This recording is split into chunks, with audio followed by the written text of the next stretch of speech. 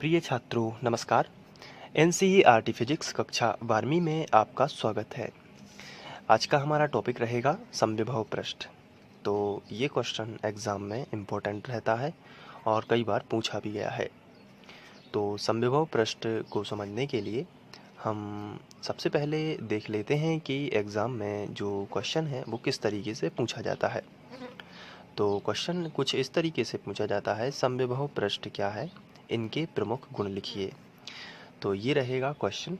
लेकिन प्रश्न का जो आंसर मैंने सिस्टमैटिक लिख के रखा है, लेकिन उस आंसर को देखने के पहले हम समझ लेते हैं कि समविभव पृष्ठ आखिर होता क्या है। तो आइए समझते हैं। आप सभी जानते हैं कि कोई भी यदि धनात्मक प्रकृति का चाहे ऋणात्मक प्रकृति का आवेश हो, उसके चारों ओर विद्युत क्षेत्र बन जाता है। जैसे कि यहाँ पे हम लेते हैं कोई धन प्रकृति का आवेश। ये देखिए, ये धन प्रकृति का कोई आवेश लिया है, तो इसके चारों ओर बन जाएगा एक विद्युत क्षेत्र कुछ इस तरीके से। और इसमें ये जो लाइंस आपको दिख रही हैं, ये हैं विद्युत बल रेखाएं। तो इतना तो आप जानते ही हैं। अब यहाँ पे अगर कोई चार्ज यहाँ पे रखा जाता है तो वो एक बल का अनुभव करता है, यानी कि एक फोर्स एक्सपीरियंस करता है। और बल का फॉर्मूला होता है Q इंटू ई। ये मैंने आपको बताया हुआ है। तो पास में जब रहता है तो पास में विद्युत बल रेखाएं क्या होती हैं, सघन। तो यदि हम यहाँ पे कोई एकांक आवेश रखते हैं या कोई टेस्ट चार्ज रखते हैं, तो पास में होता क्या है कि विद्युत बल रेखाएं बहुत नज़दीक नज़दीक होती हैं, या दूसरे शब्दों में कहें कि ये सघन होती हैं, यानी कि पास पास होती हैं। तो विद्युत बल रेखाएं पास पास होती हैं, इसका मतलब ये है कि वहाँ पे तीव्रता ज़्यादा होती है। तो पास में तीव्रता यानी ई का मान अधिक होता है। ई कैसी होती है, अधिक होती है। तो जब तीव्रता का मान अधिक होता है तो लगने वाला बल भी कैसा हो जाता है, अधिक हो जाता है। तो यहाँ पे यदि कोई चार्ज रखा जाता है तो वो बहुत तेज़ी के साथ बाहर की ओर रिपेल करता है, बशर्ते कि वो धन आवेश हो। क्योंकि हमारा जो सोर्स चार्ज है वो धन आवेश है, और एकांक आवेश को यदि हम मानते हैं तो एकांक आवेश कैसा होता है, तो एकांक आवेश धन प्रकृति का होता है। तो एकांक आवेश भी धन प्रकृति का है और ये सोर्स चार्ज भी धन प्रकृति का है। तो दोनों में प्रतिकर्षण का फोर्स होगा और ये बाहर की ओर इस तरीके से रिपेल करेगा, और ये बहुत तेजी के साथ रिपेल करेगा क्योंकि पास में विद्युत बल रेखा पास पास हैं, यानी कि विद्युत क्षेत्र की तीव्रता बहुत अधिक है, तो लगने वाला बल भी अधिक होगा। तो यदि हम इसी चार्ज को यहाँ पे रखते हैं तो लगने वाला बल थोड़ा सा कम हो जाएगा, क्योंकि विद्युत बल रेखाओं की जो फैलाव है वो दूर दूर होने लगता है। यानी कि पहले जैसी अब रेखाएं पास पास नहीं होती, अब विद्युत बल रेखाएं दूर दूर होने लगती हैं। तो यहाँ पे लगने वाला बल भी कैसा हो जाता है, कम। यहाँ पे बल ज़्यादा लगता है, लेकिन जैसे ही हम धन आवेश से यानी कि सोर्स चार्ज से परीक्षण आवेश की दूरी बढ़ाते हैं तो होता क्या है कि लगने वाला बल धीरे धीरे कम होता जाता है, और यहाँ पे बल का मान बहुत ही कम लगता है। और एक स्थिति ऐसी आती है जो विद्युत क्षेत्र के बाहर का हिस्सा होता है, जहाँ पर लगने वाला बल शून्य हो जाता है। तो यहाँ ऐसी स्थिति में हम अनंत बोलते हैं। तो यहाँ तक हमें समझ में आ गया है कि कोई यदि धन आवेश है तो उसके पास यदि कोई छोटा सा चार्ज लेके जाते हैं तो यहाँ से एक बात समझ में आती है कि लगने वाला बल धीरे धीरे कम होता जाता है। तो विभव भी कैसा होता जाएगा, कम हो जाएगा। इस वाले पॉइंट पे विभव अधिक होगा, इस वाले पॉइंट पे विभव और कम होगा, इस वाले पॉइंट पर विभव कम होता जाएगा। ऐसा क्यों होता है, क्योंकि विभव क्या है, विभव है किया गया कार्य, और कार्य का फॉर्मूला क्या होता है, बल गुणित विस्थापन। तो अगर बल का मान कम हो रहा है तो किए गए कार्य का मान भी कम होता जाएगा, यानी कि विभव भी क्या होता जाएगा, कम होता जाएगा। तो किसी भी आवेश के चारों ओर बनता है विद्युत क्षेत्र, और उसमें यदि कोई आवेश है तो लगने वाला जो बल है वो कम होता जाता है, इसलिए विभव भी कैसा होता जाता है, कम होता जाता है।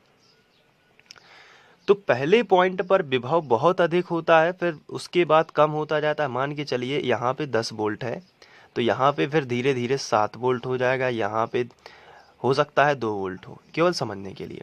तो विभव का मान धीरे धीरे कम हो रहा है। लेकिन आवेश से इतनी दूरी पर 10 वोल्ट इस वाली रेखा पर है, तो आवेश से इतनी ही दूरी पर 10 वोल्ट इस वाली रेखा पर भी होगा, ये है।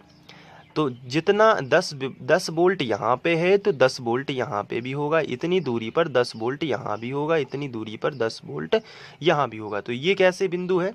ये समान विभव वाले बिंदु हैं, इसलिए क्योंकि 10 वोल्ट यहाँ भी है, 10 वोल्ट यहाँ भी है, 10 वोल्ट यहाँ भी है, 10 वोल्ट यहाँ भी है। ये कैसे बिंदु हैं? ये समान विभव वाले बिंदु हैं। और अगर इन बिंदुओं को हम मान लें, कल्पना कर लें, काल्पनिक रूप से मिला दें, तो एक गोलाकार पृष्ठ बन जाता है इस तरीके से, और इसे ही हम बोलते हैं समविभव पृष्ठ। तो समविभव पृष्ठ की डेफिनेशन कैसे याद होगी? तो आपको लिखना है, किसी विद्युत क्षेत्र में समान विभव वाले बिंदुओं को मिलाने पर एक काल्पनिक पृष्ठ बनता है, जिसे हम क्या बोलते हैं? समविभव पृष्ठ। इतना सिंपल है ये। तो विद्युत क्षेत्र में देखिए, याद करिए इसको, विद्युत क्षेत्र में समान विभव वाले, ये समान विभव वाले आपको बिंदु दिख रहे होंगे, तो समान विभव वाले बिंदुओं को मिलाने से या मिलाने से बनने वाला काल्पनिक पृष्ठ क्या कहलाता है? समविभव पृष्ठ कहलाता है। तो सवाल ये उठता है कि क्या एक ही समविभव पृष्ठ यहाँ पे बन सकता है? तो आंसर है नहीं, एक से ज्यादा। जैसे 7 वोल्ट यहाँ पे है, यहाँ से इतनी दूरी पर यदि इसी त्रिज्या में हम यहाँ पे उतनी त्रिज्या लें तो 7 वोल्ट यहाँ मिलेगा, यहाँ पे मिलेगा, यहाँ पे मिलेगा। तो हम इन वाले पृष्ठों को भी यदि मिला दें 7 वोल्ट वाले, तो 7 वोल्ट का ये एक और पृष्ठ मिलेगा, इसे भी हम समविभव पृष्ठ बोलेंगे। इसी प्रकार 2 विभव वाले सभी बिंदुओं को मिला दें 2 वोल्ट वाले, तो यहाँ पे एक पृष्ठ और बनेगा, जिसे भी हम समविभव पृष्ठ कहते हैं। तो इन पृष्ठों में क्या फर्क है? इन पृष्ठों में फर्क है कि अगर इस पृष्ठ पे कहीं भी आप चले जाइए आपको 10 वोल्ट ही मिलेगा, इस वाले पृष्ठ पे आप कहीं भी चले जाइए आपको 7 वोल्ट, अगर इस पॉइंट पे जाएंगे तो भी 7 वोल्ट मिलेगा, इस पॉइंट पे जाएंगे तो भी आपको 7 वोल्ट ही मिलेगा।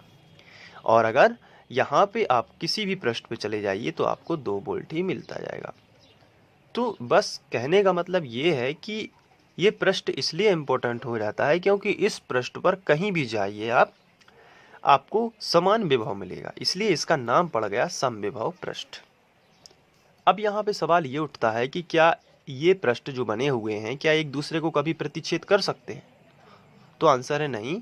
प्रतिच्छेद करना यानी एक पृष्ठ ऐसा जाए और एक पृष्ठ ऐसा जाए, तो ऐसी आकृति तो बन ही नहीं सकती, क्योंकि एक पृष्ठ ये बना है, क्या दूसरा पृष्ठ उसको प्रतिच्छेद कर रहा है कहीं पर भी? तो नहीं करेगा, क्योंकि प्रतिच्छेद करने का मतलब है कि एक पर्टिकुलर पॉइंट जो होगा उस पर 2 विभव एक समान होंगे। ऐसा हो नहीं सकता कि 10 वोल्ट 7 वोल्ट के बराबर हो जाए। इसलिए ये जो पृष्ठ हैं एक दूसरे को कभी प्रतिच्छेद नहीं करते। इनका ये एक बड़ा गुण है कि समविभव पृष्ठ कभी भी एक दूसरे को प्रतिच्छेद नहीं करते। यहाँ पे आपको एक चीज और दिख रही होगी कि ये जो लाइंस निकली हुई हैं, ये अगर समविभव पृष्ठ है, ये समविभव पृष्ठ है, तो ये आपको लाइन निकलती हुई दिख रही होगी, और ये हमेशा 90 डिग्री से ही निकलती है, आप कहीं से भी नाप लीजिए। तो समविभव पृष्ठ से ये लाइन क्या कहलाती है? विद्युत बल रेखा। तो समविभव पृष्ठ से विद्युत बल रेखा हमेशा 90 अंश के कोण के साथ निकलती हैं, तो ये इसकी दूसरी विशेषता हो जाती है। अब यहाँ पर तीसरी बात ये की जाए कि अगर एक पॉइंट से या एक समविभव पृष्ठ से दूसरे समविभव पृष्ठ तक यदि जाते हैं तो क्या करना पड़ता है? कुछ कार्य करना पड़ता है, और वो कार्य किसके बराबर होगा? इन दोनों के विद्युत विभवांतर के बराबर। जैसे यहाँ से 10 वोल्ट से 7 वोल्ट की तरफ जाओगे तो कुछ वर्क डन होगा, वो कितना होगा? 3 वोल्ट का। क्यों? क्योंकि 10 और 7 के बीच में कितने का फर्क है? 3। तो यहाँ पर आपको लिखना है, तीसरा इनका गुण ये होगा कि एक समविभव पृष्ठ से दूसरे समविभव पृष्ठ में जाने में कुछ कार्य करना पड़ता है जो उन दोनों के विद्युत विभवांतर के बराबर होता है। यानी कि 10 और 7 में बीच में कितने का अंतर है? 3 का। तो वो वर्क डन होगा 3 जूल, यानी कि विभव कितना होगा? विभवांतर 3 वोल्ट, और वर्क डन कितना होगा? 3 जूल। तो यही है, क्योंकि जितना कार्य होगा वो विभव के बराबर होगा। लेकिन क्या एक समविभव पृष्ठ में इधर से इधर चलने पर कुछ कार्य होगा? तो आंसर है नहीं, क्योंकि यहाँ पे एक पृष्ठ से दूसरे पृष्ठ में जाने से तो कुछ अंतर होता है विभव का, लेकिन एक पृष्ठ से दूसरे पृष्ठ में जाने पे कार्य नहीं बदलता है, सेम रहता है, क्योंकि विभव नहीं बदलता है। और विभव ही क्या है? कार्य है। इसलिए जब विभव नहीं बदल रहा तो कुछ कार्य ही नहीं होगा, यानी कि किया गया कार्य शून्य होगा। तो एक ही समविभव पृष्ठ में एक बिंदु से दूसरे बिंदु पर जाने में किया गया कार्य 0 होगा। तो ये कुछ गुण हैं। आइए अब इसके सिस्टमेटिक आंसर पर चलते हैं। तो जो इसका आंसर हम लोगों ने लिखा हुआ था वो है समविभव पृष्ठ का। किसी विद्युत क्षेत्र में समान विभव के बिंदुओं को मिलाने वाले काल्पनिक पृष्ठ को समविभव पृष्ठ कहते हैं, जैसा कि हमने यहाँ पे देखा हुआ था। अगर हम बात करें समान विभव वाले जितने भी बिंदु थे, हमने इन सबको मिला दिया था तो एक पृष्ठ बना था जिसे हम बोलते थे समविभव पृष्ठ। तो बड़ा आसान है याद करने में, आप इसको जल्दी से याद कर लीजिए। और इनके गुण हैं, समविभव पृष्ठ को विद्युत बल रेखाएं परस्पर लंबवत काटती हैं। मैंने आपको 90 अंश से समझाया था, जिसका तात्पर्य वही है। यहाँ पे आप देख सकते हैं कि ये विद्युत बल रेखाएं हैं और समविभव पृष्ठ है, एक दूसरे को 90 डिग्री पर काटते हैं। और यहाँ पे लिखा है, यदि किसी आवेश को एक समविभव पृष्ठ से दूसरे समविभव पृष्ठ पर ले जाते हैं तो कुछ कार्य करना पड़ता है, जो दोनों पृष्ठों के बीच विभवांतर पर निर्भर करता है। तो मैंने ये भी आपको बताया था कि यदि किसी आवेश को एक समविभव पृष्ठ से, यानी कि यहाँ से दूसरे समविभव पृष्ठ तक ले जाते हैं, तो यहाँ पे लिखा है चूँकि कि यदि किसी आवेश को एक समविभव पृष्ठ से दूसरे समविभव पृष्ठ तक ले जाते हैं तो कुछ कार्य करना पड़ता है।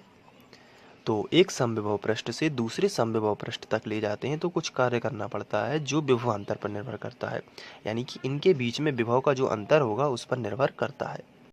तो यहाँ पे लिखा है जो दोनों पृष्ठों के बीच विभवांतर पर निर्भर करता है, तो ये भी आपको याद कर लेना है। नेक्स्ट है, तीसरा गुण है, दो समविभव पृष्ठ एक दूसरे को कभी नहीं काटते हैं। तो ये सही बात है।